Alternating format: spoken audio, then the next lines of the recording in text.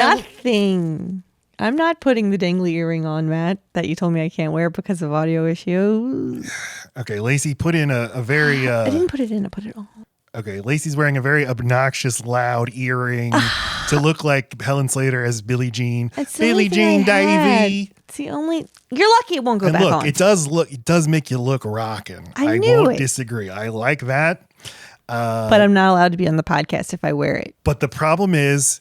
All right, Lacey is a very animated person. She doesn't do anything quietly, including just moving her head. She's like Kramer. We always say this. Lacey is like Kramer. Oh, this is Load Bearing Beams. I'm Matt Stokes. And this is Kramer. Hello, Kramer. This is Lacey Ross. Yes, every like twitch that she hears, she like jerks violently in response to it. Well, part of the reason is that I hear twitches. You know how hard that is? I know. It's hard. And I know it's worse on you than it is for me having to hear about it and see it. But yeah, I just kept hearing it in my earphones, and we're trying to make an audio program. I was just trying to be visually inspiring. You're already visually inspiring Thank to you. me. And to everyone, yes. Oh, okay. Then I don't need the earring. This is our movie podcast. If you're just joining us because you're a big fan of The Legend of Billie Jean. Which I don't blame you. I don't blame you. And also, this is one of the least covered movies we've ever covered. You know, we've covered Star Wars. We've covered James Bond movies. We've covered superhero pictures. So you're saying it's down there with like Loser? Yeah. Up in terms of with Loser, with like up there with Loser. Down there with Loser. It's honestly down there with our most recent episode, Baby Boom. But even less about this movie. These are some gems. We're unearthing them for you. You're welcome. Yeah. So what we usually do is Lacey and I, who are married to each other, do a deep dive into a movie, try to unpack the history, and then you just go through the movie and do impressions and make jokes and try to understand what's really going on. Deep dive is perfect for this movie because she wears scuba gear. And she dives with alligators. She didn't. I guess she did. Yeah, she did. She would. She would. She don't have no She fire. do. This movie is, but usually one of us picks a movie that we love from long, long ago, and now we take a look in the present. How does it play now? Except this time we did a listener's choice. We do these occasionally, and I love doing them, and we put it out to our friends and listeners and viewers and everything. Please submit your movie, and we'll do a lottery. We spun a wheel. The winner was Monique's movie Madness. Yay! And we had her submit a little video explaining what it is that she loves about The Legend of Billie Jean. Fellow film talker, do catch her on the TikTok. I'm so stoked that Legend of Billie Jean was picked for the listener's choice lottery pick to be discussed on Load Bearing Beams, because for Monique's movie Madness, Legend of Billie Jean is the load bearing beam.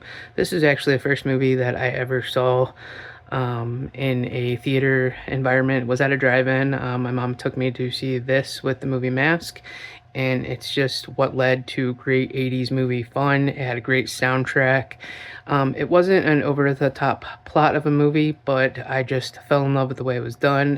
It led to my love of Christian Slater as one of my favorite actors, and so I am super stoked to hear you guys talk about this movie, and fair is fair. I can't imagine a better environment to see this movie. Can you imagine? It's the mid-'80s. You go to a drive-in. If it was in Texas, Corpus Christi, Texas, that would be and if that drive-in were also on a beach. Go to see The Legend of Billie Jean on a double bill with Mask. I've never seen Mask. Have you seen Mask with Eric Stoltz and Cher? With the deformed person? Yes. I assume that's what she meant. She didn't mean the Jim Carrey. Somebody slapped me. Or is it Stop Me? Stop Me. Somebody slapped me. You just don't like Jim Carrey. No, I like that movie. I watched it recently for the first time. Oh.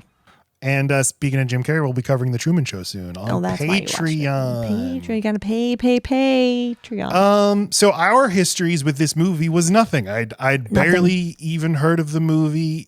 I know that it's an unfortunate title. If I heard the title, I'd been like, what is that, some tennis movie? Yeah, I thought it was a baseball movie about a man. Oh, okay. Why? Legend of Billie Jean.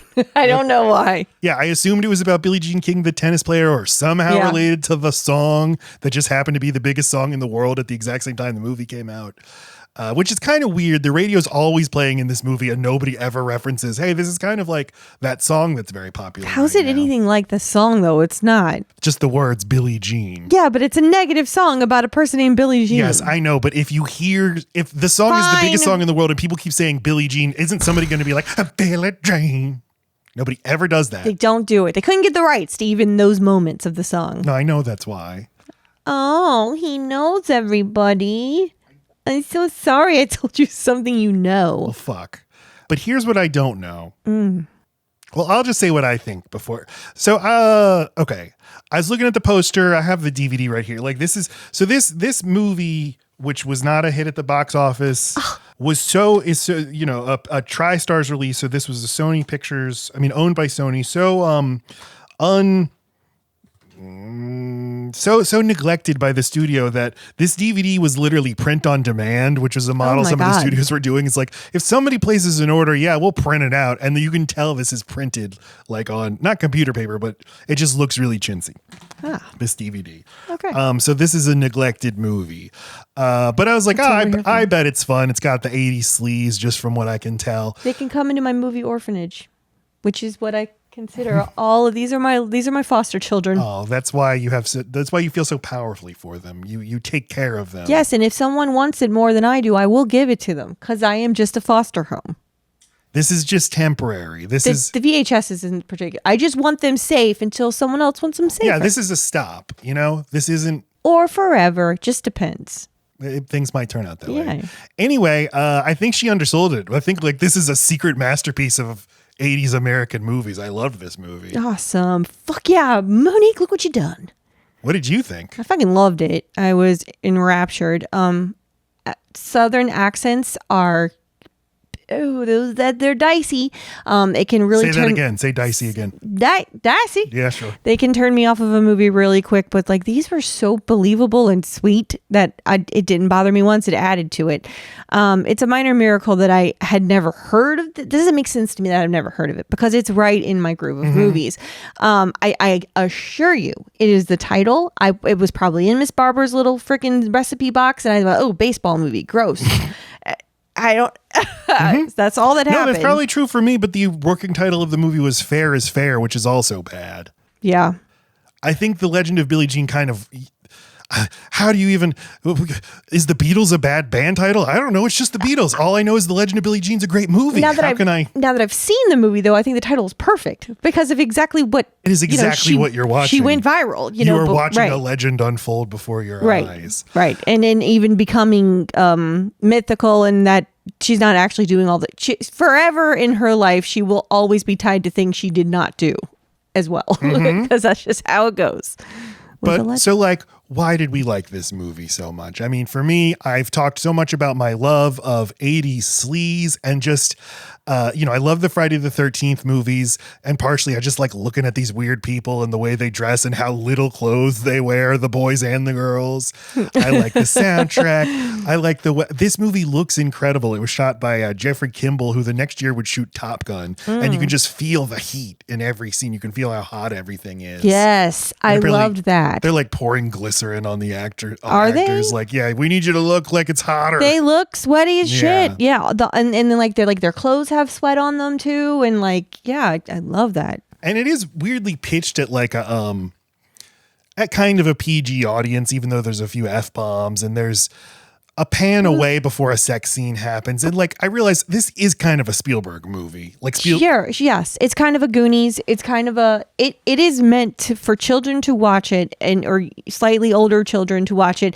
and feel grown up and feel taken seriously. It is in the pantheon of movies that I love that take kids and address the fact that they have human big person problems and it treats them that way. Yeah. It's like movies like Stand By Me or Little Monsters, to a lesser extent Sandlot, because that's it's goofy the way they do it, but they let the kids handle their business. And I don't mean we need to let our kids go outside more. I just mean these kids have fucking problems and you might not always understand them because they don't know how to voice them exactly, but just go ahead and trust them that they're handling it the way they think they need to. Yeah, the main character has a mom. It's not like she's been abandoned, but the mom is kind of off busy with her new boyfriend. And I don't know, busy. We don't need to worry about her. When she's aware of what's happening to her daughter, she's like, how about that? That's not true. Every time we check in with the mom is worried. But she's an independent older sisters who decide that they're going to also be caregivers do kind of end up peers with the mom and sometimes surpass them in other ways, and that they're more tuned into like what's going on with their siblings. Mm-hmm. There's a little bit of a class politics in this movie. For sure. There's definitely a lot of it. Yeah, there's definitely they perfectly show you lower, middle, and high with all the main characters. The lower being Billie Jean, middle being the business owner and his shitty son, and then high being the boyfriend and the way that he lives. I think that they're very much as a class thing. Oh, yes. And how it's so easy to get trampled on. And things like sexual assault, when they happen, it is so much worse. It's obviously horrible to happen to anybody. If you are in a class disparity, if your victim has more economic power than you are all the more victimized because you just have that much less power. And it looks like you're trying to get something. Mm-hmm. As we see in this movie. And I'm sure, you and I are both straight people. There's definitely a queer reading of this movie, of her shedding the skin of a straight cis person and becoming what she wants to become, and society accepting her and loving her for that, and how lovely that would be. So this is just a goddamn good little movie. Everybody. Good little movie. Check it out. And I think that's the podcast, right? Good night. Just kidding. No, we did a bonus video and not really related to the movie this week. We instead explored the question, what actor do you hate? Lisa and I both named actors or actresses who we hate. We both named Anne Hathaway. We both named it. Or did we? That damn Anne Hathaway. You need to go watch it. Now, I'm not saying I would name Christian Slater to this list, but Christian Slater is an actor who I might perfectly illustrate for me, neither here nor there. What? Never think like, oh, hell yeah, Christian Slater, but also very rarely think like, get off the screen, bud. Then why even bring him up, man? Because he means, what the fuck? To a person of a certain age, he means a lot. Yes. And I don't get it. He's the fucking River Phoenix that stayed alive. That's what he means. No, when has he ever when has he ever done a My Own Private Idaho? Heathers? I'm not talking about this with you right now, man. Okay. What about Bed of Roses? What about something about hearts and shit? You know what? He actually is tangentially, yes, he's related to the actor who I did name, who I won't say anymore. The actor, you have to watch that video. You can do it on our Twitter, Load Bearing Pod, Blue Sky Load Bearing Beams, Load Bearing Beams on Instagram, Load.bearing.beams on Matt's a stupid TikTok.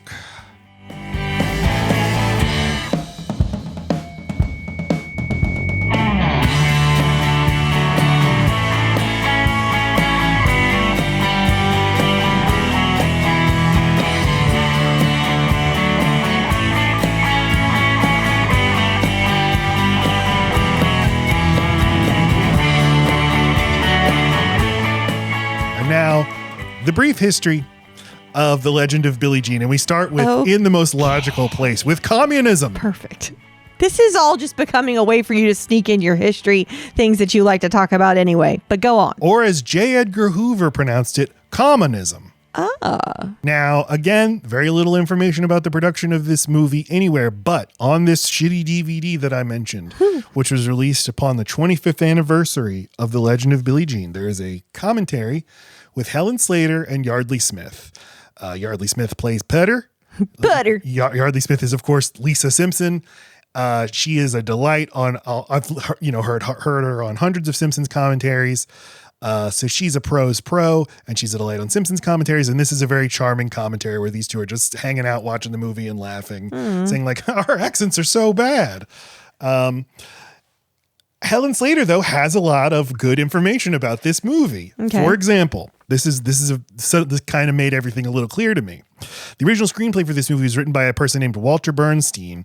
Now, this guy, who originally in the 1940s was an up-and-coming writer in New York, for The New Yorker, and then in Hollywood, in the movies until he was blacklisted for his left-wing political activities. And then, like many blacklisted writers of this period, he just worked with very little pay and without credit. He wrote really famous movies like The Magnificent Seven. After that era, that stupid era ended, and Hollywood was like, we're sorry. Come on back now. We don't care anymore.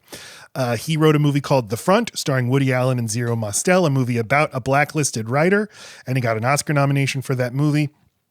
So just knowing this person, knowing his philosophy and his experience, The Legend of Billie Jean's class politics, class consciousness, and its story of a person like going up against the injustices of a system, it makes a lot of sense. And Helen Slater says the final screenwriting credits for the movie went to Lawrence Connor and Mark Rosenthal because this went through a lot of revisions. But she made sure to point out, like, this all starts with him, with Bernstein and his political message for the movie. So that's why we had to start with communism. Well, thank you. All right, Matthew Robbins is the director of this movie, and he was part of the same film brat scene as Steven Spielberg and George Lucas in Los Angeles in the early 70s. He was a collaborator of Spielberg's. He wrote the screenplay for Steven Spielberg's first theatrical film, The Sugarland Express. And The Sugarland Express is like a spiritual, this is kind of, Billie Jean's kind of a spiritual sequel to Sugarland Express, because that's also about like a Texas, like small town, couple of crooks go on like a famous, they just become folk heroes. Goldie Hawn and her breaks her husband out of jail, and they go on like a really slow car chase from the cops, and they just get celebrated by everybody they come in contact with. And it's got the same sort of vibe and sense of humor as this. But he did uncredited writing on Jaws and Close Encounters. Then he moved over to direct into the director's chair. He directed Corvette Summer in 1978, Dragon Slayer in 1981, Legend of Billie Jean in 85, Batteries Not Included in 1987. Since then, he's pretty much been a writer. He works with Guillermo del Toro. He wrote Mimic, Crimson Peak, and the most recent Pinocchio that del Toro made. And now Helen Slater, who was 21 years old when this movie was produced. Her father was a television executive. It seems like every person we talk about has a, if not famous father, a father working in a very important job. They can't help where they're born, man. So Supergirl, the spin-off to the very successful Christopher Reeve Superman movies, was going to be, I mean, it's just like now the studio's like, here's our big plan. We're going to have 10 Supergirl movies and they're going to spawn off and then we'll have a Wonder Woman movie. But it all starts here. And they did a nationwide casting search for an unknown actress to play Supergirl and found Helen Slater. And so this movie, Supergirl, comes out in 1984 and it's a big old disappointment. But it does have a cult following. Can I ask when Blue Lagoon came out? Was that 78? Why? She looks just like, is it not Claudia Schiffer? Brooke Shields. Brooke Shields. The way that she's posed, her hair, the way she's getting out of the water, the way that they make her look like sweaty, hot, but hot. The camera loves her. Yeah, that was 1980. You know, I've never seen the Blue Lagoon. I remembered being awkward and sexy. Okay. And also having to do with the period at some point, too. Huh. Just like this movie. I've never seen a movie more awesome about a period than this fucking movie. And way ahead of its goddamn time. The awkwardness is in other parts. The period, it's very pro-period. I love that. Periods are good. Explanation. But, you know, they produced Legend of Billie Jean, which is Helen Slater's big star follow-up to Supergirl. They produced it before Supergirl gets released. So you know they're like, we got the next big fucking movie star anchoring this thing. And instead, Supergirl bombs. Legend of Billie Jean is not a big hit. Let's see. She goes on to be in movies like Ruthless People and The Secret of My Success opposite Michael J. Fox. She's in City Slickers in a small role, and so is Yeardley Smith, weirdly. Yeardley Smith is at the beginning of the movie. She crashes the party and is like, Daniel Stern, you knocked me up and I don't want to get an abortion. It's so weird. Helen Slater was in the 1994 Lassie movie, but basically she's just done TV. She's very involved with DC Media. She played and she did a role on the live action Supergirl show as not Supergirl. And she was a voice on Batman the Animated Series, the great animated series from the 90s. She played Talia al Ghul. That's Helen Slater. And that's The Legend of Billie Jean. Told you, we got nothing. Got nothing. For a very fun movie, somebody should do an oral history. Somebody should talk to all these people. Or just type up whatever the fuck she said during her commentary. Well, but the commentary was good. It's just there's a lot of like, oh, I'm wearing a wig right there. Oh, I'm not wearing a wig there. Oh, when, Matt? When would you? Okay, you better fucking tell me, man. Oh, well, it's often within the same scene because there'll be like pickup shots. Like, we had to go back and reshoot that. So in that shot, I'm not wearing a wig. Is it sometime with her short hair? Is it sometimes that the short hair is a wig? There was twice where it looked wrong. No, I mean, I think she has long hair, then cuts it, and then had to go back and shoot scenes where she has the long hair. Got it.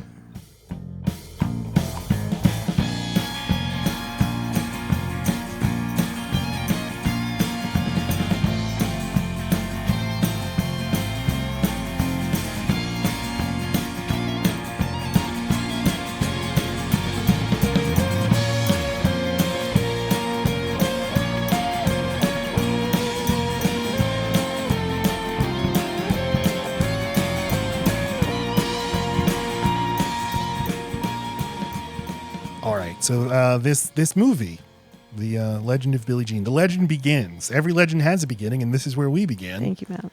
With this trailer park and this beautiful electric scooter that all this fuss is about. This whole mess that unfolds is because of this little electric scooter.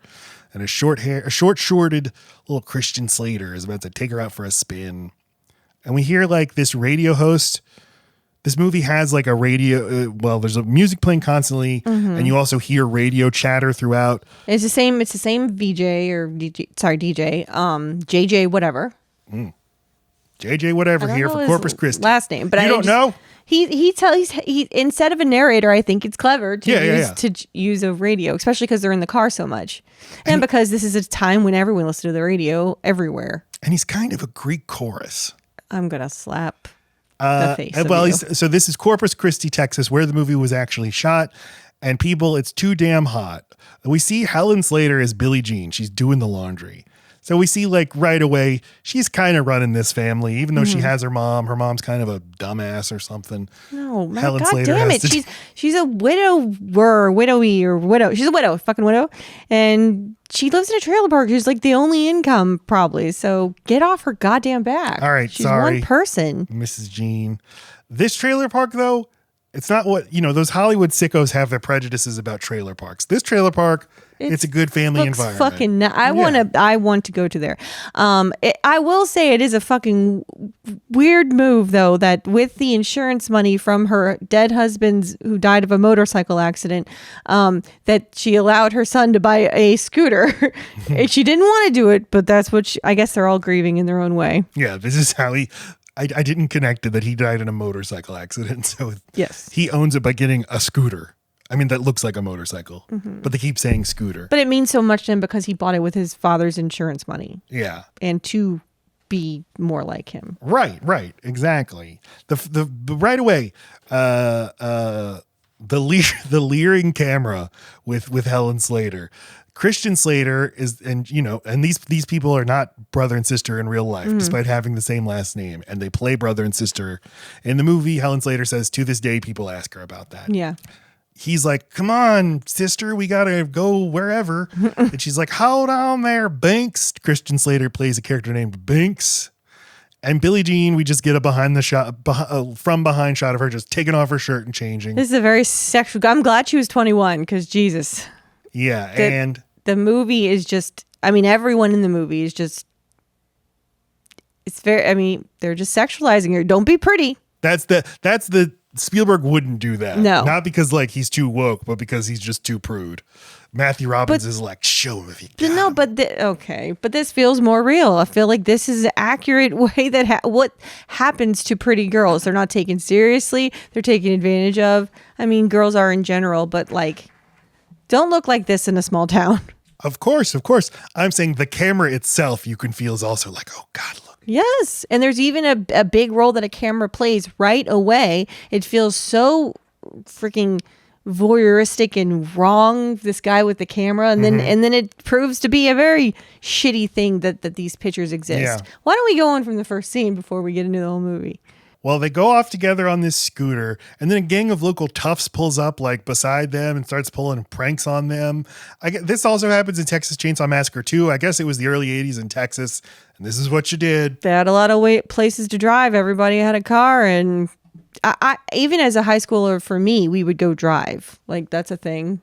Oh, yes, drive, but then pull up next to some other people and harass them. Oh, right. Yeah, no. We didn't have the open highway the way Texas does. So they get to this drive-in, and Billie Jean goes to get a shake for her brother. And while they're doing that, these goons, led by Hubie. The weirdest set of names I've ever heard of in this movie. It's every now and then you get two weird names, but everyone has a weird name practically. Hube. And he put some gum on Christian Slater's scooter. He's very proud of it, too. Finds it very hilarious. And Christian Slater can't do anything about it because he's just a puny little guy. I will say at this time, though, we don't know that they know each other. That's not made clear. And Christian Slater is sick of being small, and he's going to be a big boy one day, but his dad just died, and he's the man of the house, and you could just tell he's just fucking pissed. He's a powder keg, and he don't touch my fucking scooter, man. It's my dad's scooter in my brain. Like, his sister's bigger than him. His sister takes care of him. And it's just like, I can't take it. But he doesn't seem to have, and I like this, he doesn't seem to have a chip on his shoulder about the fact that his sister's the alpha. Oh, no. No, they love each other. It's a really sweet relationship. Like, he's fine with his sister, like, beating people up for him. Yes.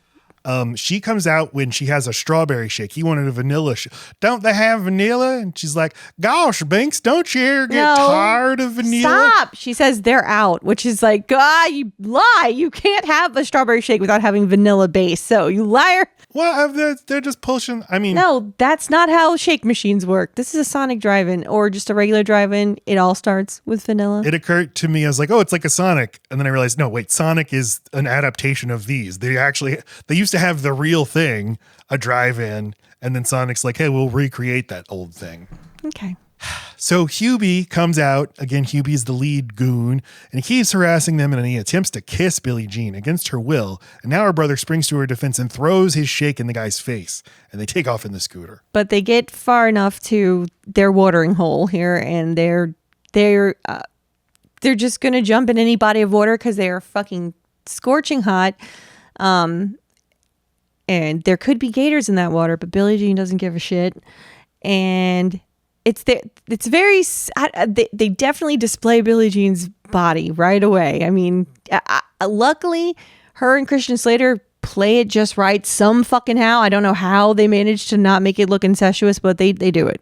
And I was worried. Yeah, I was like, no, it looks like they're going to reveal, actually, we're only stepsister. Right, that's where I thought this was going. And then the porn starts, because this is, I mean, look at them. They're just in the sun, just naked and gorgeous together, laying next to each other on this raft. Right, but he never once even looks at her butt. It's right there, Christian.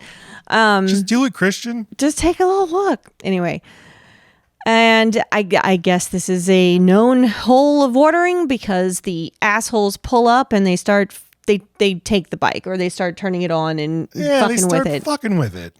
And they're out on a raft. They're in a raft, so they have to swim a bit to get to the shore. It's I ache. I ache because I feel like I know where this movie's going. I'm glad it handled us gently, but I was worried for a while there. Yeah. But right away, this is 4 minutes into the movie, and I'm like, no wonder I'm pumping my fist with joy. They're at a lake. It's like Friday the 13th. There's even a raft out in the lake. Somebody pretends to be drowning and then says, gotcha, which is always a fun prank to do in a lake. We've established lakes are creepy. Don't go into a lake. They're scary. But then they're out on the raft, and this thing recurs where Binx wants his big sister to take him away from here. Take me to Vermont, Billie Jean. They don't ever explain why it is that she knows about Vermont, but that's why I didn't think they were related at first. I thought she was a friend. But it's like, I don't know. Their world is so small that she like read a paragraph about Vermont 10 years ago. I swear that guy, he just saw that poster at a Walmart and was like, that's hot as shit. I'm going to learn things about Vermont. No, I'm not. I don't like to read. Billie Jean, can you learn things about Vermont? Then I'm going to ask you about them. But he keeps doing, tell me about Vermont, Billie Jean. I promise you it's from the poster. Now that I think about it. Okay. And I mean, it's a little of Mice and Men. Tell me about the rabbits, George. So like, she's going to shoot him in the back of the head before the Our kid when they were 5, tell me about people getting hurt. No, it was. Tell me about a time you got hurt. They loved to hear us tell stories about times where we got hurt. And then it would just be, tell me a story of you getting hurt. Well, I stumped my toe on April 22nd. And then another thing. Is that same kid when they were much younger loved us singing the Humpty Dumpty song, but there's only so many lyrics to that song. So the kid was like getting really sleepy and just said, just talk about Humpty Dumpty. Just his life. Just say Humpty Dumpty stuff to me. Like, well, I mean, where to begin? Non-canonical. That's where we begin. So he's like, Binx, Christian Slater's very excited about Vermont. He's like, log cabins, ski lifts, snowballs, and no alligators. Basically, as far as we can get from here, he doesn't realize Vermont has their own problems. But he's hot. He's sick of his life here. This place feels small and suffocating, and just Vermont, the fresh air, swimming. They go back to the trailer, and there's their mama, and she's getting ready for a date. And the mom, she's like, well, I'm glad that darn bike is gone. Now it makes sense. Her husband died in a motorcycle accident. Okay. Now she doesn't have to worry about her son dying in a scooter accident. And then her date pulls up and Billie Jean honks. Yeah, Billie Jean looks out at him and then says, "Oh, he looks real nice."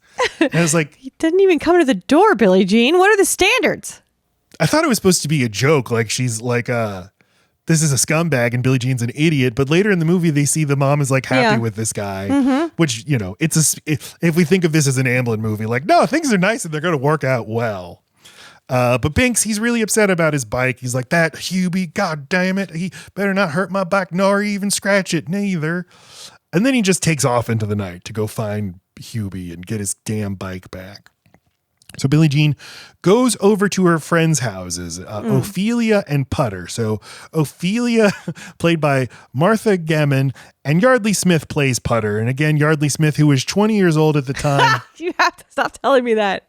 But like is playing her like she's 12. Well, she is playing someone pre-puberty and it doesn't have boobs yet. Apparently they keep saying that, or they did once. So. And it is, I did get over it, but hearing Lisa Simpson doing this country fried accent. I think they're gross. That's because you don't have any.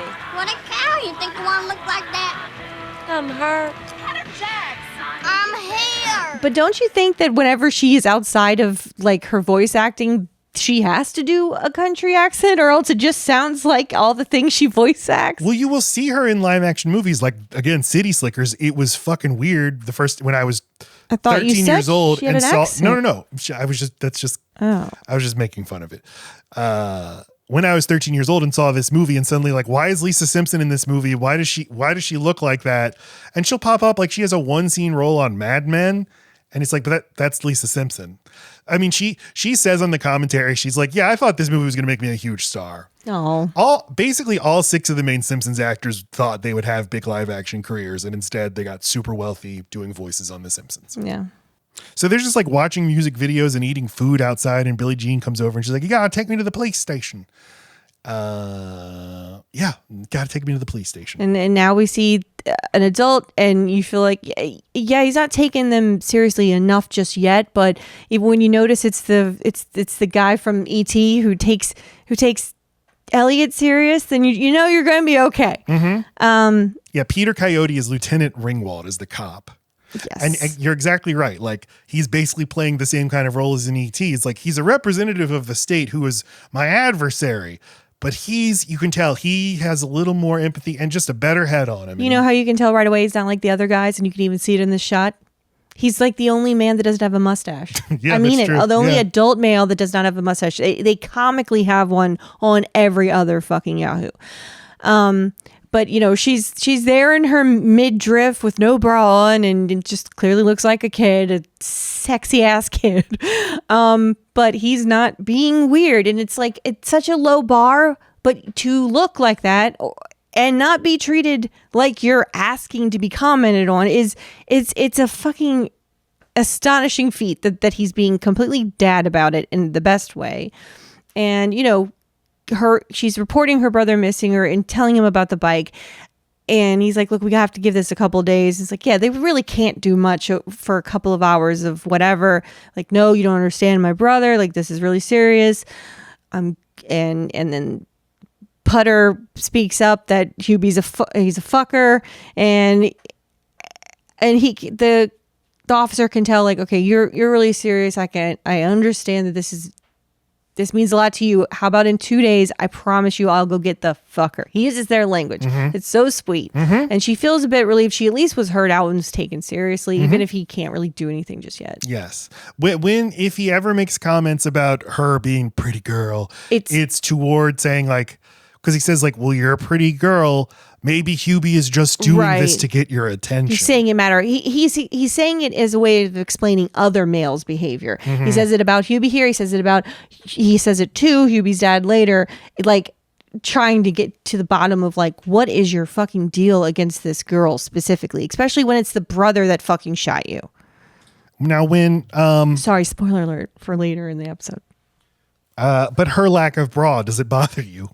Because we all know Lacey's issues with women not wearing bras. I don't love it. She thinks women have to wear bras by legal decree. But somehow that she's like a teenager, I'm better with it. And she's hot. They keep constantly saying how hot it is. It's like, whatever. It feels like more of a choice for her for some fucking reason. I don't know. It was the 80s. I tried not to let it, but can you stop talking me into it? I feel how I feel about this. You like it. Okay. Well, she goes back to her trailer park. It's so sad. He looks so beat up. He looks bloody in all kinds of ways. Who does? I'm sorry. So Binx has returned. His bike is torn all to shit. And she finds him in the bed and she wants to say, dude, you shouldn't have done that. She turns him over. He is bloody as fuck. He's all beat up. It's so sad. And he really looks like Binx, who did this? Like, who do you think? Did Hubie do I'll bet it was this? Hubie. Well, I got my bike back. He didn't get his bike back. But I don't know. It's just a real believable little moment. Like he looks properly beat up. It's not just a bloody nose and a cut across his head. They did really good with the makeup. Like the same way they do good with the sweat. It feels gritty in a good way. It feels like they're taking this seriously.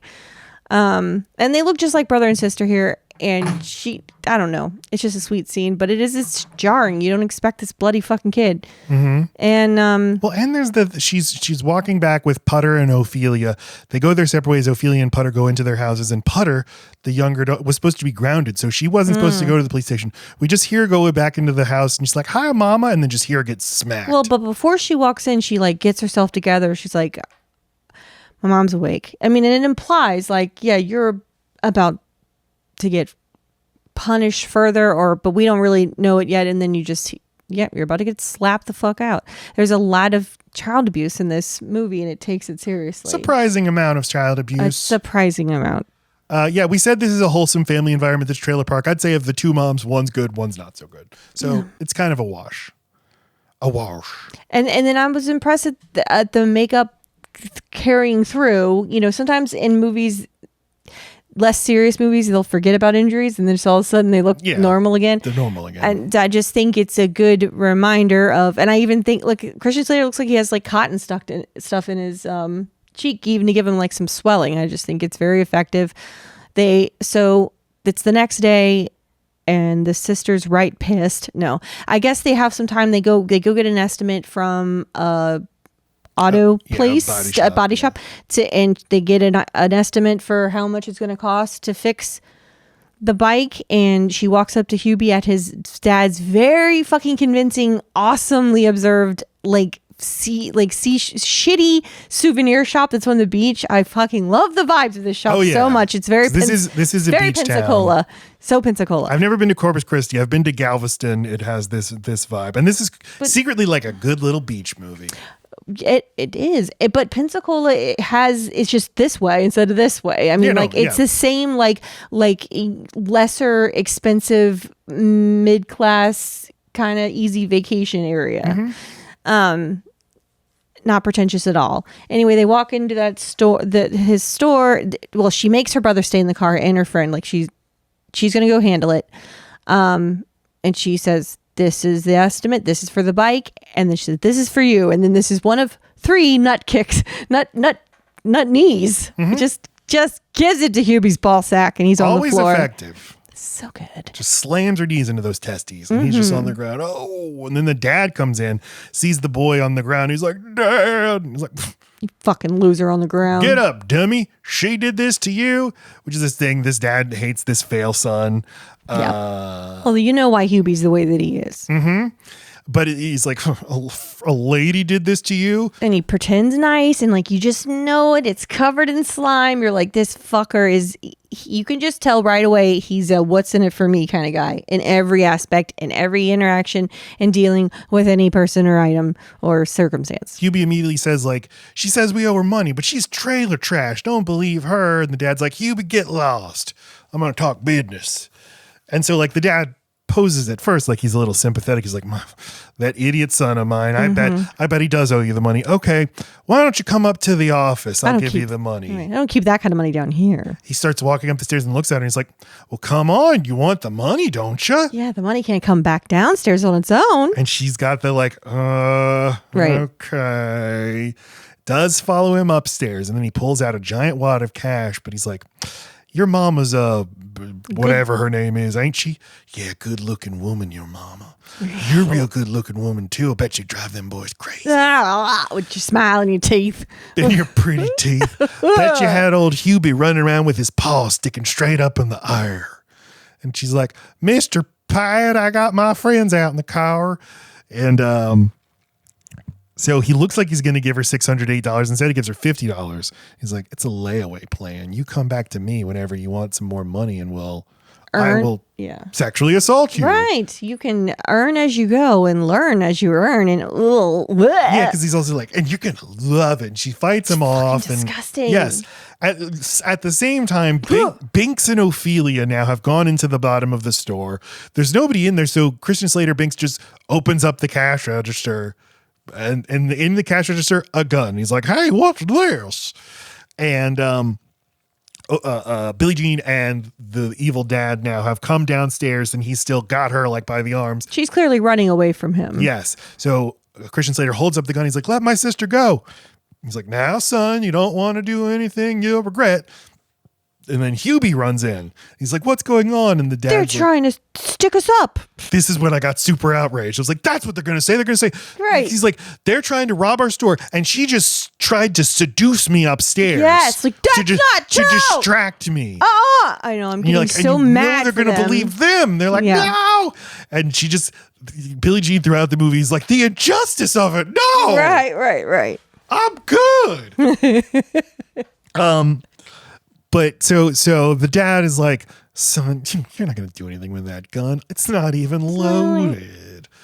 I've never seen someone respond to someone telling the other person the gun's not loaded by going to look. I've never seen someone go, it feels like it's loaded. Whoa. Because the first time I watched it, I thought, wait, so he just like, oh yeah, let's see about that, and shot. Then the second time it's like, it's an accident, but it's a weird accident. But he shoots him in the shoulder. But they don't know that they shot him in the shoulder.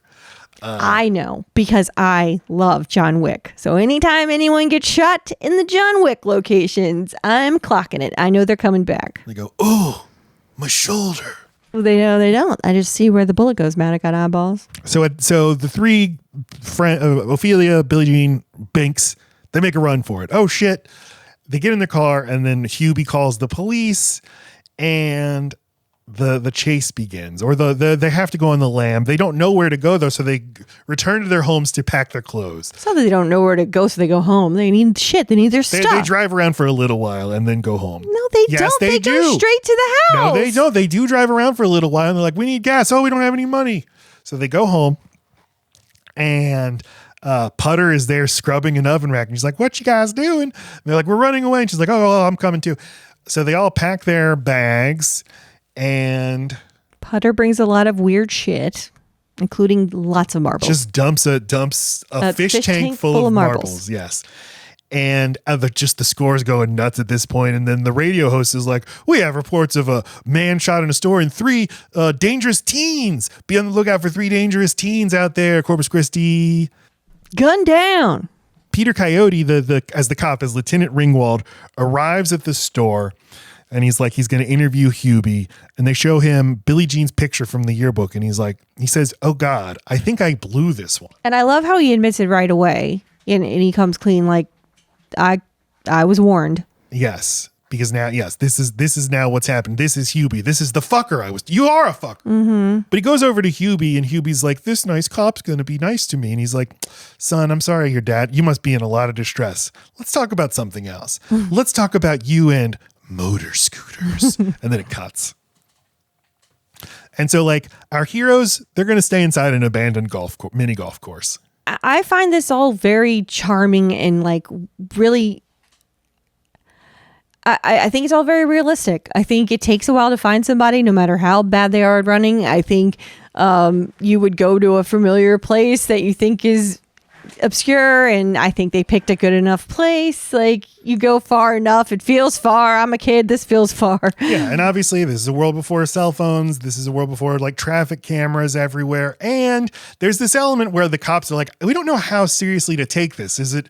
Yeah, but they're putting her picture all over the news. No, I She's know, immediately recognized. But it's like, do we want traffic stops everywhere? Do we want roadblocks? So you can sort of argue to yourself like, yeah, so they just disappeared into the night. They go to this miniature golf course that is abandoned, I guess. Now, a lot of this movie is sort of like kid wish fulfillment. I wish I could sleep at a miniature golf course. I wish I could have a water slide out of my bedroom window. I wish somebody would buy me a whole bunch of candy and I get to go to a gas station and they say yes. Yeah. And again, they're like, well, what should we do now? And Binx is like, let's go to Vermont. And Putter's like, let's go eat. And they're like, stop thinking with your stomach, Putter. But you got to eat something. But they don't have any money. So they're like, well, we'll just steal. We'll be like Bonnie and Clyde. That'll be the rest of this movie. We'll just go rob places. And Billie Jean's like, no. Billie Jean's like, no, fair is fair. We are not criminals. We're just outlaws. So they go into this convenience store and Putter has a grocery cart full of crap. Fucking Putter. And then these other two teenagers are in the store and they see Billie Jean and they're like, are you her? Right. You think it's going to be trouble, but they're just so nice and like very smart for this girl to want to get an autograph. But they end up taking care of the bill, putting it on their dad's tab. Another class moment. They ran into the middle class. Yeah. The girl's like, my dad's out there pumping gas. Just charge this to his bill. But the legend, we see it already. The legend is spreading. Yep. This is in the local paper. Teen shoots local merchant, Billie Jean. And they ask her for her autograph, but then the boy says, my dad says you're going to end up dead. But why is it about Billie Jean? She didn't shoot anyone. Because she's the sexy girl at the center of it. There's never a moment where the other three ever get jealous of her. Which I think they are all just friends with her and know she's a goddess. And it's like, no, people don't look like that. Yeah. Things are going to happen to people who look like that. They find out, then they do find out that from the newspaper that Mr. Pyatt, he's going to live. He's, in fact, already back at work. So we go over to him at work. Oh, wait, first, Billie Jean and company, they call their home to talk to their mama. And the cop is there, Lieutenant Ringwald. And he's like, guys, come on. What are you doing? Turn yourself in. And they're like, we think we will turn ourselves in if Mr. Pyatt meets us, gives us the $608 and apologizes. Yes. Then we will turn ourselves in. And he's like, no problem. Absolutely. We'll do it. That's so easy. We will do this tomorrow at noon at the mall. At the place of your choosing, I thought. Which shall be the mall. And so Lieutenant Ringwald goes over to the store and Mr. Pyatt is there. And I guess he's there to be like, hey, give me the $608, please, or please agree to go make the transfer. But we see that he has already put up a big wanted poster of Billie Jean. And that is a sexy picture he took. Yes. Or Hubie's shit friend took without permission. Yes, now he just put it plastered in front of his fucking window. It's a teenager in a bikini with no bra, or Yeah. Scantily clad. And so the cop is like, hey, so this is what's going to happen. You're going to apologize. You're going to give him the money that you owe. And he's like, are you kidding? I lost 2 pints of blood. Wow. And the cop's like, well, your boy busted their motor scooter, didn't he? And he's like, yeah, well, let them sue me from the penitentiary. So there's another class thing. It's like, we can do whatever we want.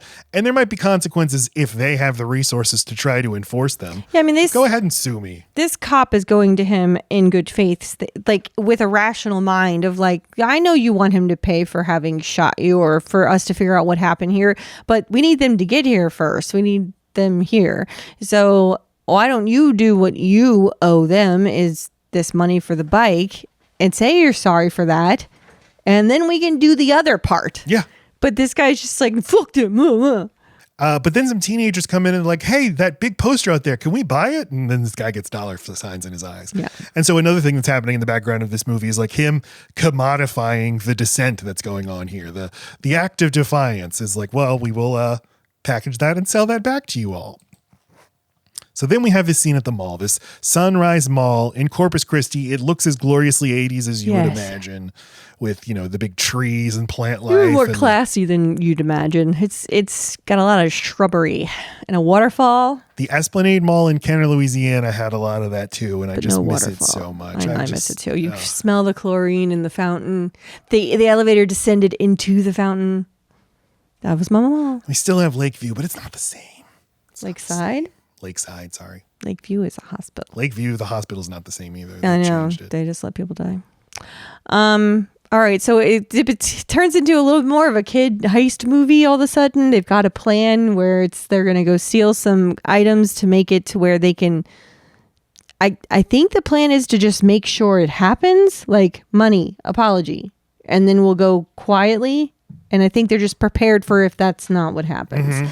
So they need walkie-talkies, but Billie Jean has made some adorable IOUs that she places. They need batteries, but then Binx takes a toy gun, He liked the power the fake one gave him. He thinks it might get useful. Yep. I kind of like this. He just sees the other side, you know? He knows he doesn't trust adults in the way that Billie Jean still kind of does. So, I mean, the Officer Ringwald doesn't love this guy. I mean, you know, Mr. Pyatt, fucking douchebag, sex offender. I can't exactly remember what order everything happens in, but well, so he's like, they're having a little discussion while we're waiting for Billie Jean, right. And he's still like trying to piece this together, right? So he says, "What really happened at the store, Mr. Pyatt?" And Mr. Pyatt doesn't answer, and then they see Billie Jean descending the escalator, just as a fucking superstar, and then he says to Mr. Pyatt, he's like, "She's a pretty girl, isn't she, Mr. Pyatt?" So it's like he's figuring it out, like you tried to proposition her or whatever. And so Billie Jean comes down the escalator to meet Mr. Pyatt, and he's just like, "Hey, bitch."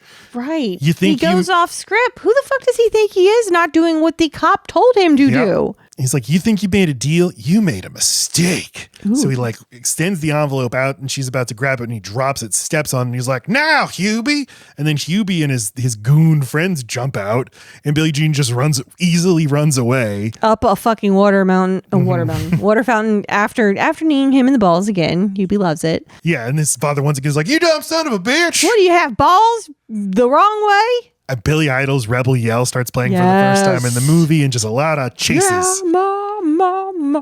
Including the marbles now, because somebody drops the marbles to trip all the goons, and it works. It's Billie Jean that does it. And they get away into the car, but Peter Coyote catches up to them, and then Christian Slater pulls the fake gun on him, and he's like, "Now, son, you don't want to do that. Please, nobody's going to hurt you," and they just pull away.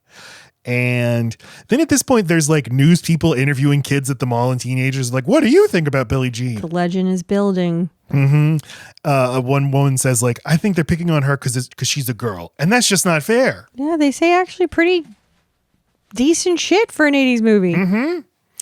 So they're like driving around. We need food. We have no money. So here's what we'll do. Like Robin Hood. Christian Slater, you might be in a Robin Hood movie one day. You need to take notes. Yes. So we're just going to drive around the rich neighborhood and look for a house that doesn't seem to be occupied at the moment. Like the Wet Bandits. Like, look, there's a house right there. There's an empty house. This is another wish fulfillment thing. Like yes, to just absolutely. go into someone's house and eat all the shit in the refrigerator. And they help themselves and they sit down. But, you know, Billie Jean's just more of a thoughtful person and just kind of goes looking through the house, not to steal anything, just to see what this house is about. And then here's a noise upstairs. And I think this movie's about to turn into a weird fucking magic movie where there's goblins and shit. I did not know that was a mask. I'm like, what the fuck is this warthog looking man? I don't know. Well, we suddenly cut to security camera footage of them. We see somebody is watching them in the house, and he's totally fine with it. We see that he is wearing a bizarre wolf mask. I don't know. It is an old man face, and I did not know it was fake. It was crazy. It's looking. funny. That's what you thought. We both thought of this movie like, boy, this movie's going to hard pivot into a totally different kind of movie. I assumed now this was the rest of the movie, and it was going to be like Saw. Like he's going to be like Jigsaw. He's like, right, because it was unnerving the way play a game. It was unnerving the way he's looking into the camera, sees people in his house, and he's like amused or even like he's just. We don't know what his motives are because he's not acting like a normal person who's got intruders in their house. We don't know he recognizes them. We don't know he's a lonely rich kid. Well, he corners Billie Jean in his room. First scares her. Yeah, scared. And she picks up a guitar and thrusts it into his balls. And he's like, "Oh, why'd you do that?" Sinks to the ground. And then he gets back up. He's like, "Listen, no, I'm not going to hurt you." And she pulls off the mask, and it's a hot guy, and she smiles because she sees he's hot. Now this is Keith Gordon. You love to see Keith Gordon in a movie. He's the lead of John Carpenter's Christine, and he rules. And he has a bedroom to envy if you're a kid in the 1980s. It's super confusing. All this movie equipment. He's got the whole floor, it seems like, because there's multiple rooms. He's bored. He's got a lot of money. He is an unattended kid. He's kind of like them in that way. His parent is not always around. Exactly. And he's been following the news, and all of a sudden he's got Billie Jean up in his fucking room. He's got a camera ready. Now, she's been sexually assaulted a few fucking times. So, him to be like, you want to be a star is like, you want to fucking die? It's also wish fulfillment for him then. Yes. The hottest superstar girl just happens to break into my house and I can be friends with her. And he's like, hey, you want to make a movie together?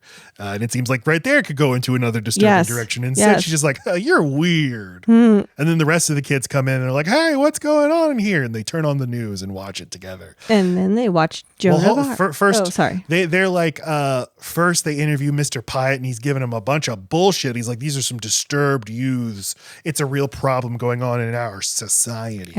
Causing a moral panic because he knows it's easy to fucking do. I bet they worship the devil too. And then they talk to other people, and this guy's like, they hogtied me, and they stole $400, and they burned my gas station. So they're all getting mad. They're like, that's not true. It's just not true. Right. So they change channels again, and they see Otto Preminger's 1957 movie Saint Joan, where Jean Sebang plays Joan of Arc, and she has this little haircut. And Lisa Simpson's like, is that a boy or a girl? And so they're like, what's the deal? Never have 4 teenagers in the midst of a life of crime been so interested in a black and white movie. They're like, what's going on with this movie? I don't know. I think you seek out normalcy when you're in situations like this. They're all just watching a movie at this point. So Lloyd, Keith Gordon, if I didn't say, his name is Lloyd. He's like, you guys don't know Joan of Arc? Well, I'll tell you. She was in France in the 1300s, and she led an uprising against the English, and she was a hero. But then they burned her alive, and then seemingly jumps out of his window to his death. He's been dying to do that, or he's done it a few times. People who don't know there's a slide out there. They're few and far between, baby. Yes. So he's finally got some people. He's like, I'm going to make it look like I jumped. I slid. They look outside. There's a water slide down to his pool. There's no water in it, so there's no way they're sliding that fast, but fine. So everybody but Billie Jean goes down. She's something about Joan of Arc here. Something's calling to her. And by the way, though, just her name, Jean, Billie Jean, in French, you feminize that, you add an N-E to it, and you have Joan. What is Joan of Arc in French? Jeanne d'Arc. This is Billie Jean of Arc, is what I'm saying. Wow. She goes downstairs and she's like, guys, Lloyd, get your video camera. I have an idea. And then she goes back and she dramatically cuts her hair. And then perfectly. Yes. Comes out, and this is, again, a movie star reveal. Just pan up first from the pool. Okay. She's also put on makeup. She's also found a wetsuit, and she's cut it into the most hot-looking fucking, like, Aquaman shirt thing. I don't know what the hell it is, but titties are out, but it's classy, and an earrings on, and we don't know where that came from, and Well, yeah, it's the coolest pan up in the history of cinema. And the score, the music, I don't remember if it was the song or the score, is going nuts. And somebody's like, Billie Jean, you look. And someone else says, famous. Lloyd says that. He knows what fame looks like. Yes. And now Billie Jean, again, doing things on her terms. She's got a knack for it. She puts people at the mall because that's where she knows them all, and she's going to make a plan. And now you want to say fucking lies on TV? I'm a sensation. I'm going to put truth on your TV, and it fucking works. Everyone knows her side. Who is this little redhead kid? That's got to be someone's kid. That's just let my kid do this weird thing, please. The only thing we see of the video at first of her filming the video is like, I'm Billie Jean Davy, and I'm going to tell you the truth. And then we cut, and it's the next day, and this little redhead kid is walking to the police station carrying a videotape that he delivers to Lieutenant Ringwald, but he doesn't watch it. They're just like, she's on TV, the girl. Mm-hmm. And they go over, and now like all of Corpus Christi is watching her videotape where she says like, I'm going to set the record straight. Mr. Pyatt, you're scum. She cuts a wrestling promo, basically. Mm-hmm. No more lying about us, Mr. Pyatt. Fair is fair, thus begins her slogan. She says it like 3 times. We're not turning ourselves in until you pay what you owe. Fair is fair. And then she strikes a hero pose where she flexes her guns. Does Joan of Arc say it? Fair is fair? Yeah. No. How do you know? Well, you see the movie recently? Just wondering where she got it. Everything else was inspired. I don't know. So in the movie, I don't know. That's what I'm talking. The lady. I don't. Okay, if you don't know, you don't know, man. I haven't seen that movie since high school. I don't know. But all the like kids are watching at the mall, and they're doing the pose too.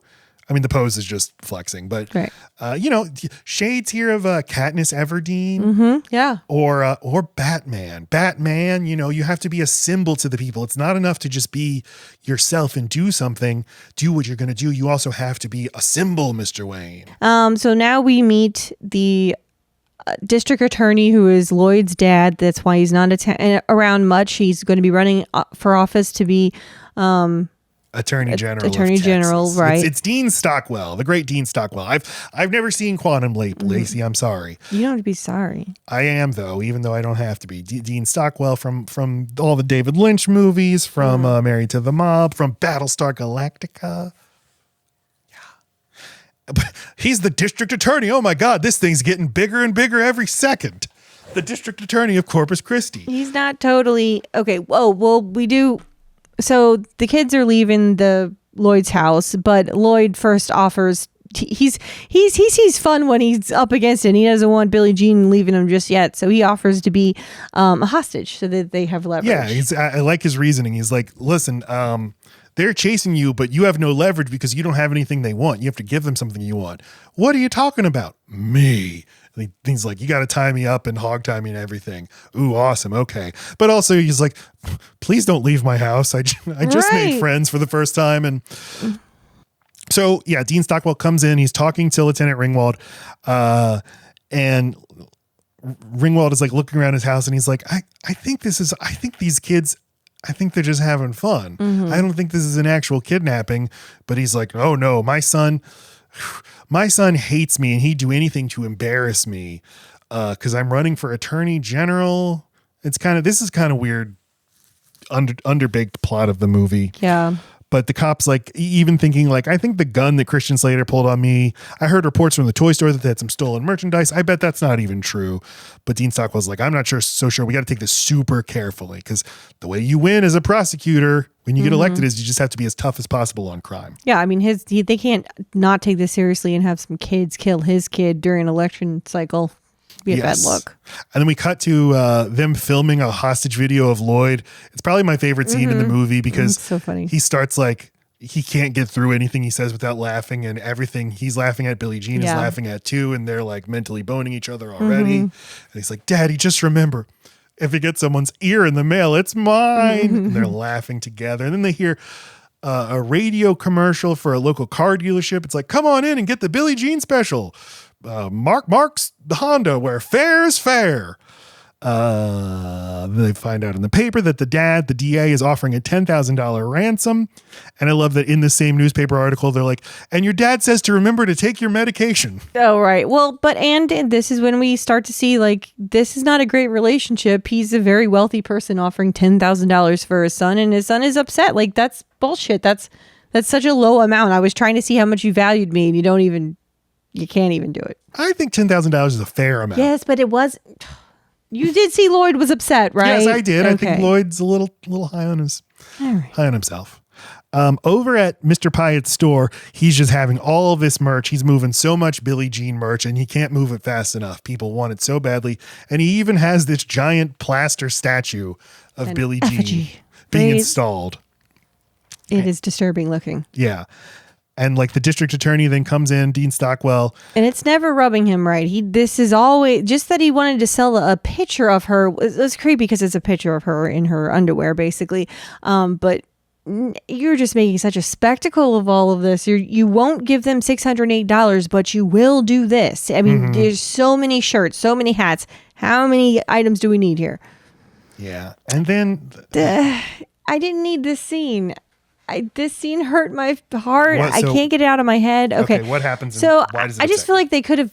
I don't know what they could have done to shown what it is that Billie Jean means to them, but it does kind of express what I am trying to say about this movie takes children seriously, and other children take other children seriously because they know their problems are real, and so a couple of kids see Billie Jean in the car and they just say, I don't remember the kid's name, but Kenny need. Oh, right, because. perfect name. Kenny needs your help real bad. And it's like, okay. And they just start walking and they don't know how far they're going to go. She has no idea what the fuck he needs help with.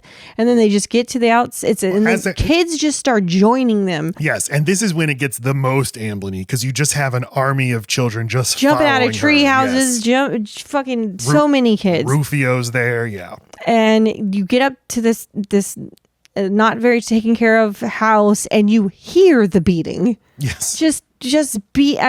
Terrible. And she's disturbed and scared, but walks right the fuck into that house. Summons her courage and just goes in. Doesn't knock, just goes in and sees a man and then sees Kenny in the corner.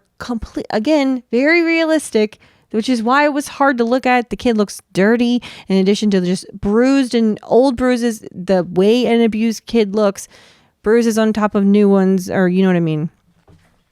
And the kid just reminded me of like my kid or something. I don't know. Just like, I don't need this. The kid was being really silent. He wouldn't say anything.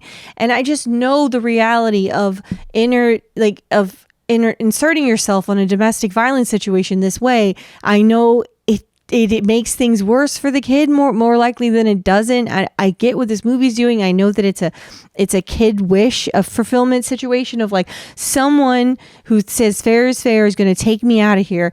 But like, what is she going to do? And the only what she decides is that he's going to go stay with his grandma for a while. Well, that grandma's always fucking existed. That grandma knows that her son is a piece of shit. Like, there's no way this is going to end well for fucking Kenny. Kenny's fucked. Yeah, this is the movie's biggest miscalculation. They are trying to. She's like, yes, she's a literal superhero at this point. Right. You have to come up with a less real scenario for her to intervene in because real kids get abused in the world, and now we're just showing it. And like that's not this movie. That's a different movie. We're already showing sexual assault in this, and at least they did that lightly. They handled that one pretty tastefully, and now everything's implied.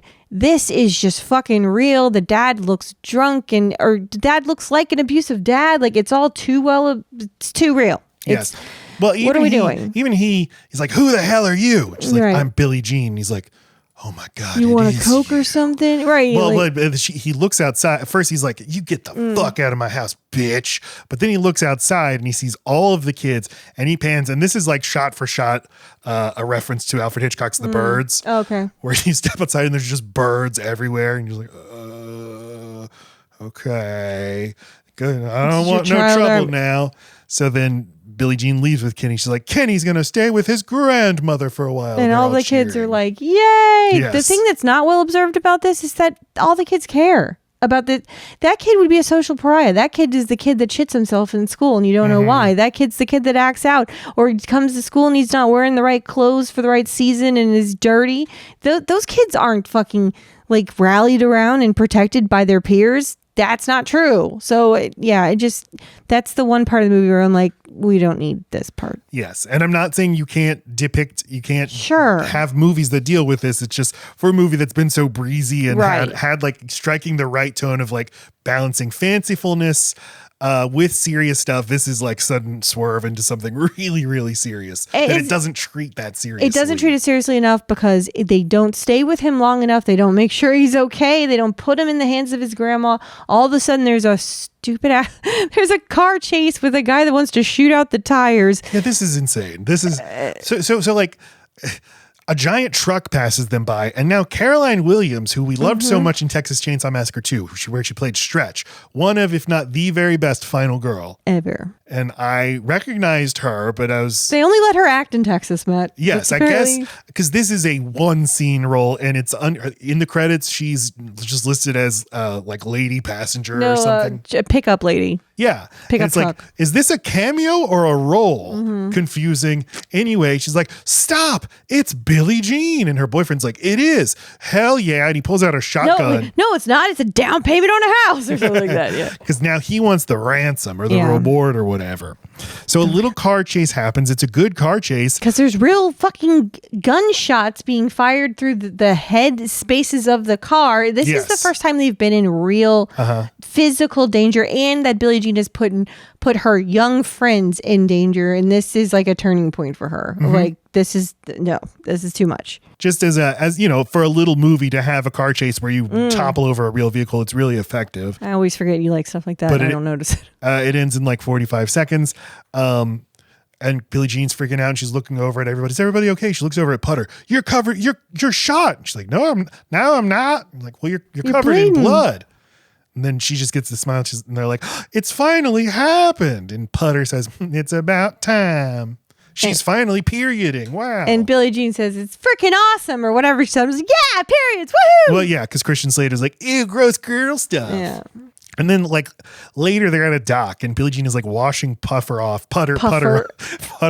Right, she's naked and like covered in a blanket. It's like, this is a weird reaction to some period blood, but I guess it was everywhere. Yeah. Okay. And so she dries her off and they just like look at each other and Putter's like, when can I get a diaphragm? Yeardley Smith on the commentary says people will still come up to her in public and quote that line to her. Oh God.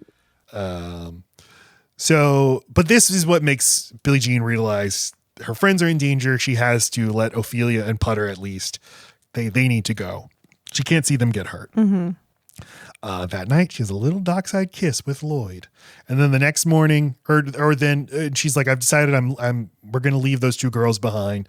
So the next morning, the cop, Lieutenant Ringwald, finds the two of them asleep in their car, and he's like, "Wake up!" And they're like, "Bah!" And he's like, "Billie Jean told me you were here. Now where is she?" And they say, "Everywhere." There's this annoying moment at a country club where Billie Jean and Lloyd and Binx, they're like debating, should we steal a car or a golf cart or something? And Lloyd's like, no, I'll just pay for it. And Billie Jean's like, of course you can pay for it. You could pay for anything, rich boy. Just let him. And you only want to do this to make your daddy mad. And he's like, oh yeah, well, something else. But then some cops start chasing them. So there's a big foot chase. And this separates the three of them. Mm-hmm. Billie Jean is running on foot. How's she going to get away? And then a stranger in a car pulls up and it's someone who looks a lot like Billie Jean. She's like, get in, Billie Jean. And now it's where we start to see all the instances of Billie Jean. The whole goddamn country's cut their hair. Everyone's turning into Billie Jean. Billie Jeans are everywhere. It's becoming a Spartacus situation because people will go to the police station and say, I'm turning myself in. I'm Billie Jean. And I'm Billie Jean. I'm Billie Jean. And then it becomes like, and then there's this kind of like underground railroad thing where like the people are just passing. She's going from safe person to safe person through nightclubs and onto motorcycles, and it's very sweet. Yeah, they're all just trying to get her safely to her place where she's said that she's going to collect. She's looking for her brother. Oh, that's true. So I guess she's just going from person to person, like checking out places. But Putter and Ophelia were taken to the police station, and the cops like, so I mean that gun's not real, right? And you're like, no, it's not real. And then another guy's like, Lieutenant, we got her. We got Billie Jean. And they're all like, no. And they run in and it's just some other girl who's pretending to be Billie Jean. And it's at like this point, three girls pretending to be Billie Jean. Yeah. At this point, Putter's mom comes. Putter and Ophelia are sisters, right? No. They're not? Mm-mm. Okay. It's kind of weird. They act like I don't know. They all act like they're sisters and brothers. Yeah. They're all in the same tiny trailer park.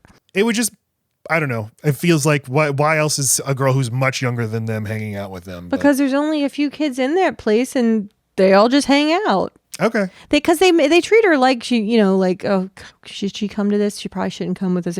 Yeah, they treat her like she's younger, but she's still part of their group. Mm-hmm. So her mom then comes in and she's like, Mama, and their mom slaps her right there. And she like goes to the ground and finds some scissors. And we think she's going to stab her mom with the scissors. And instead, she cuts her own hair. That's right. She's going to stand up for herself. Yes. And yeah, now we see like the Underground Railroad thing. And I realize at this point, like there would be a huge podcast about this, like in the 2010s, about the Billie Jean thing. Well, no, first there would have been a big budget movie in the 90s. Then there would have been a podcast that's like, here's the real story. And then there'd be a Netflix adaptation of the podcast. Okay. But the story is spreading nationwide. It's now the cover of USA Today. But while Billie Jean is like just desperately trying to find her brother, everywhere she goes, there's a hero's welcome. This is when the Pat Benatar song Invincible plays. And it was started to play a few times throughout. It's just playing. Like right now it's just going. Yeah. Mm-hmm. It's been part of the score, but they just play the song. And this was a big hit at the time for the movie. This was a much bigger hit than the movie itself. Mm-hmm. This is did you know that song is from this movie? It's like, hey, yeah, I didn't know. Do you know Smash Mouth's All Star was from Mystery Men, not from Shrek? Did you know that? She finally finds her brother at the golf place at the miniature golf place, and her brother's waiting there with Lloyd. And then she and Lloyd go off into a miniature golf house, and then they like lay next to each other, and then the camera respectfully pans away before they can have sex. The officer notices inside of the car that they took away from Putter and Ophelia, that there's just a bunch of golf balls, and they have the logo on them. So he is very astute enforcer of the law, and he goes to that abandoned place, and he's just kind of saying out loud, like, I hope you're here. I hope you turn yourself in, or, just trying to tell him, like, it doesn't have to be all terrible. I need to protect you this way. This is the only way I can really help. Yeah. What he says, he's like, I'll fix your scooter. Yeah. Call me, please. And then call me, please. Right. It's nice. It He's is like, nice. I just care about you damn kids. I just don't want you to get hurt. I can tell I read this wrong, and I've been reading it right ever since, and like, you guys don't deserve that. Yes, he just knows. I do not. This has nothing to do with me punishing you. I want to literally protect you, and I know I can't convince you of that. But they call him the next day, and they make some sort of arrangements with him that we don't hear. We just pick up in the second half of their conversation where he's like, okay, yes, we'll do all that on your terms. Now I just need to hear that Lloyd is safe. So they put Lloyd on the phone, and he's like, I want a steak. Okay, he's fine. So what they're going to do is they're going to make the handoff of Lloyd at a beach party where they will then be presented the fixed, either a brand new scooter or the repaired scooter. And it's this giant party. There's a billion people. There's an airplane pulling a big Go Billie Jean banner. And this just looks like a great time. It does. This is very suggestive of Jaws. Yes, Jaws. Which also, Matthew Robbins worked on. Oh, also The Lost Boys. There's always a beach party at that place too. Well, Jaws when suddenly everybody's peddling shark merch and everybody's at the beach, and it looks like no beach has ever been this fun. And in reality, I don't like the beach, but I would like to go to the beach like this. If there's lots of bathrooms and things to eat and ways to get the sand off me. And if sand isn't even like sand, like I could walk on it with my shoes. That'd be nice. Stockwell's like, I want these beaches closed. And Peter Coyote's like, you can't have the beaches closed because then there'll be riots. Beach riots. A lot of competing interests.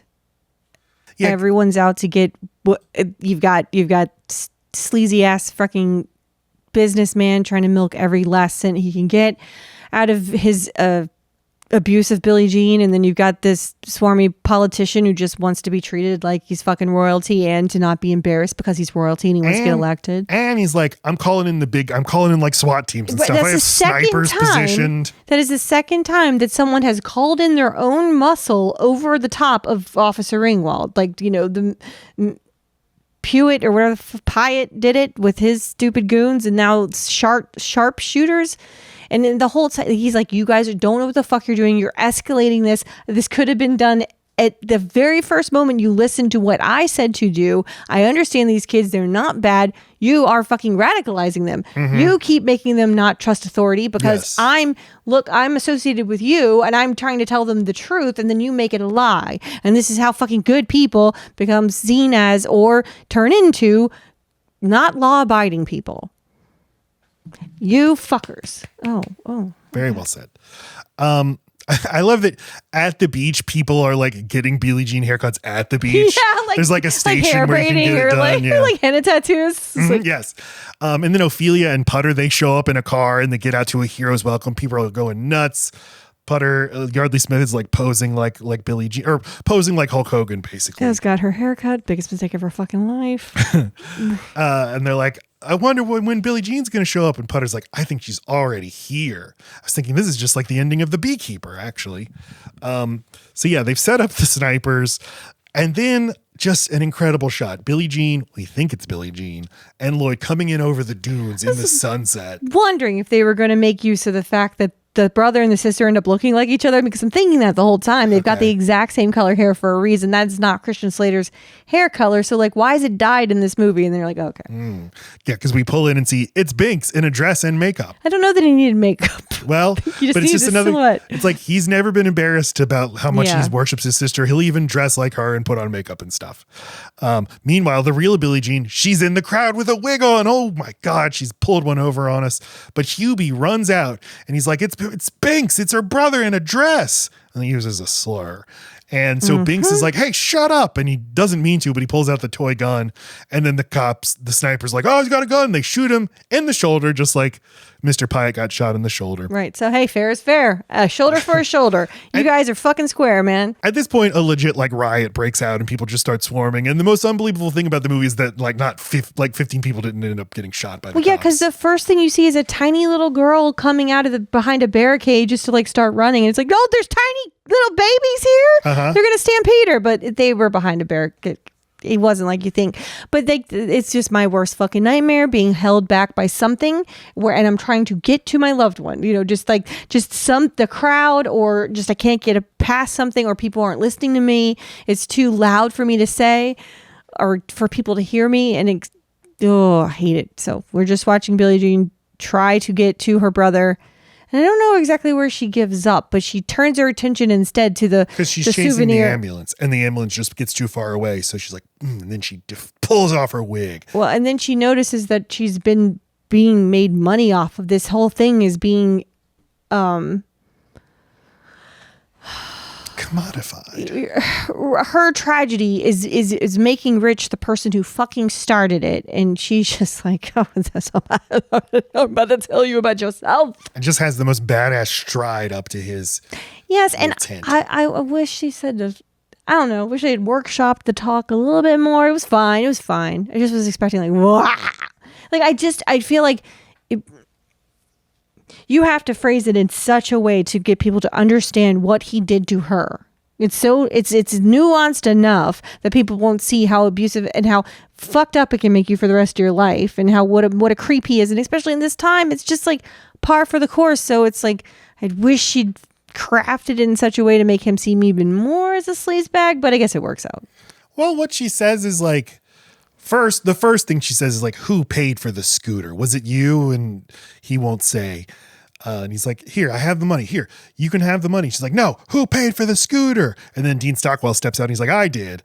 And at this point, like, Pyatt hands her money and he's like, there's way more than $608 here. And he's like, well, let's just all move on. This is the end of it. And so he's like, obviously this includes some hush money now at this point. Yes, because the balance has swayed. He had the power going in, and now he sees that has changed. So now her microphone matters.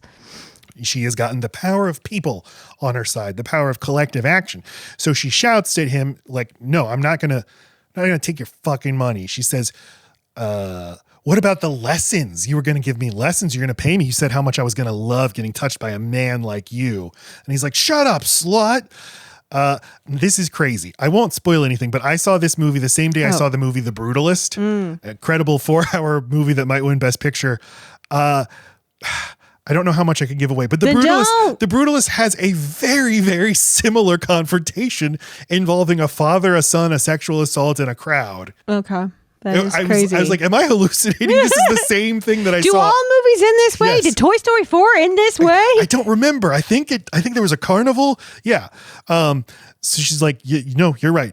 It's over. I can live with it, but I'm not taking your money. So she throws it at him and then knees him in the balls again. This is just... if it's not broken... I think this is the first time he's been kneed in the balls. Oh, yeah. But it's her knee's going to get bruised. Like, the knee's getting tired. And then we cut to Hubie, and Hubie smiles like... Yes, which is always the arc that, when you are abused by an abusive dad and he finally gets what's coming, you're seeing, I don't know, there's hopefully a moment where you start to distance yourself and you have been abused too. You don't have to act like him. So as he falls over, like he knocks a torch or something, and then a fire starts very, very quickly of his merch tent. And he's like, everybody help me save my merch. But nobody will help him. We're at a beach. We got some water. So give me my stuff, my precious merch. And there's something powerful about it. Everyone just standing there, including the cop. They're just watching him. And someone gets the idea to take off their merch and put it in the fire, and like not only not put out his fire, but make it bigger and make it bigger on the shit that he sold to them. And so I took part in this. I was fooled by you, but let me make these flames bigger, you fuck. It's brilliant. Somebody's going to make a lot of money on eBay one day who didn't burn their shirt. That's all I kept thinking about. And that little girl's fucking autograph is going to be mint because she's the only one that thought to do that. I just kept thinking of like, I hope I bought a hat and a shirt because I don't want to be like, but I do want to keep it. Oh, but see, I start feeling sad for Billie Jean like 30 years, like, hey, it's the 30th anniversary, y'all. And I was like, get over it, Billie Jean, my God. Oh, my, let me guess, you're at the Corpus Christi Comic-Con. Ooh. Wearing Supergirl outfit for some fucking reason. So now we see the Jean statue, the Billie Jean statue up in the sky on fire like Joan of Arc. It's very cool cinematic image. The Pat Benatar song is playing. Then the statue falls just like the Saddam Hussein statue. And that's when I shouted, it's like Saddam Hussein. And I'm like, sure, son is sleeping. And then there's just a tiny brief epilogue of the movie that I don't think should be here, where Billie Jean and Binx. It is weird. They're in Vermont now and they're like going to hitchhike. And Christian Slater comes out of a gas station. And he's like, Billie Jean, you were right. It is cold up here. Gosh. And then he just looks over at a snowmobile and he's like, huh, nice. And then it just freeze frames there. Freeze frames on Christian Slater. And that's the end of you have this incredibly powerful Joan of Arc statue. Now, but they had to tell us that he was alive. They had not told us he was alive. I mean, we could assume it, but all we saw was him get shot. I know. That's functionally why they do it. But yes. The freeze frame is so fucking bizarre. But just that they're happy now and they went to do something they like. I mean, I know it's more cinematic to not do that. It's more 80s to do it. It's so 80s. Yes. Hey, Billie Jean, wait for me while we hitchhike. Any way you want it, that's the way you need it. That's Billie Jean, the Legend of Billie Jean.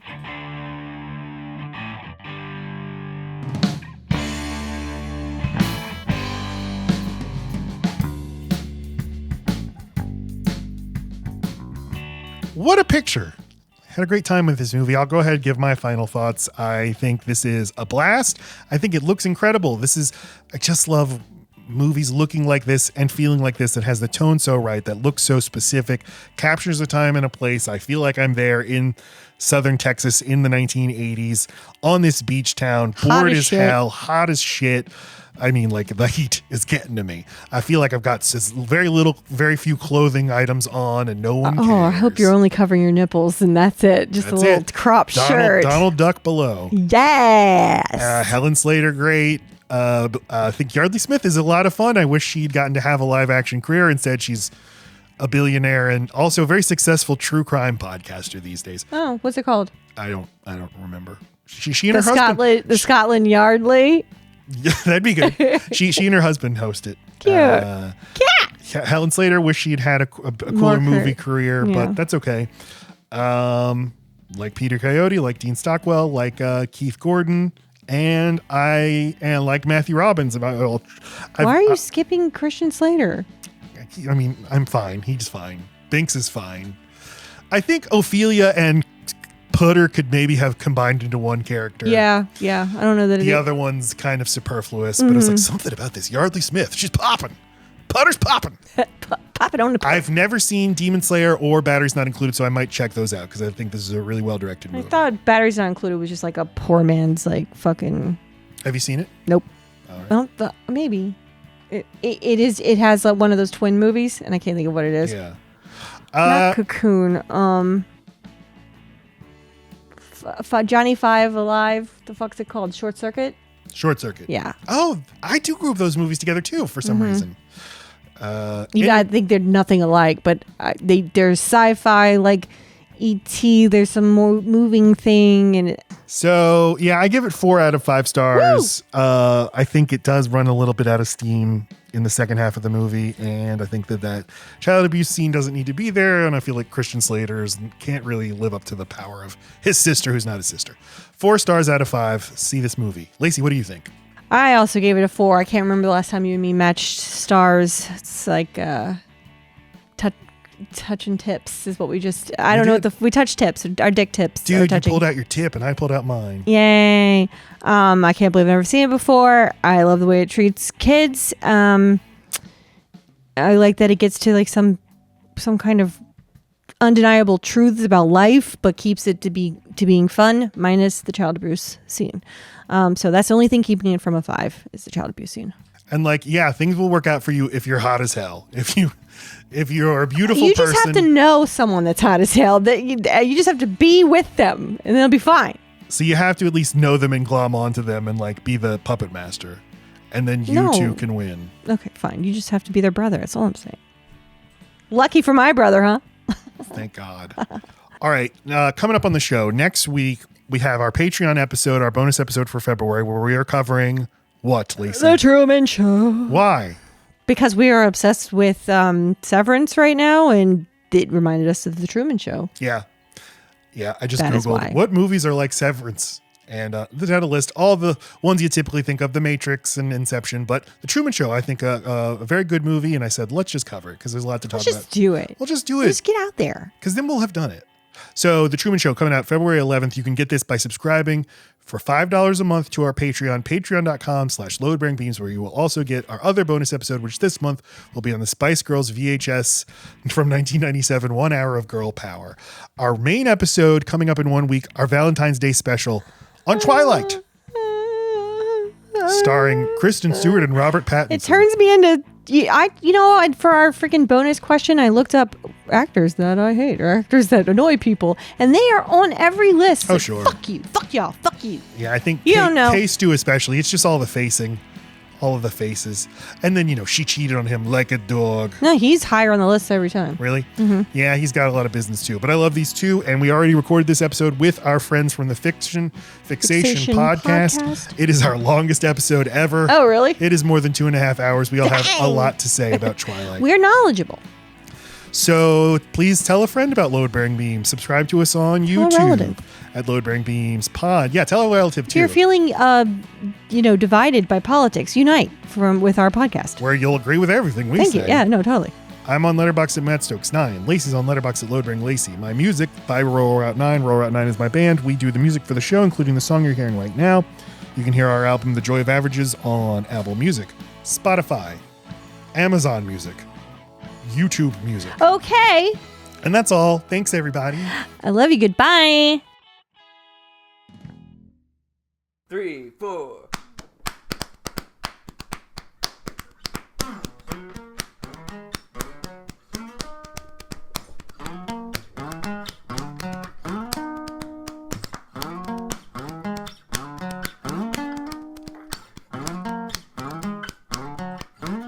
Everybody, love Mary King.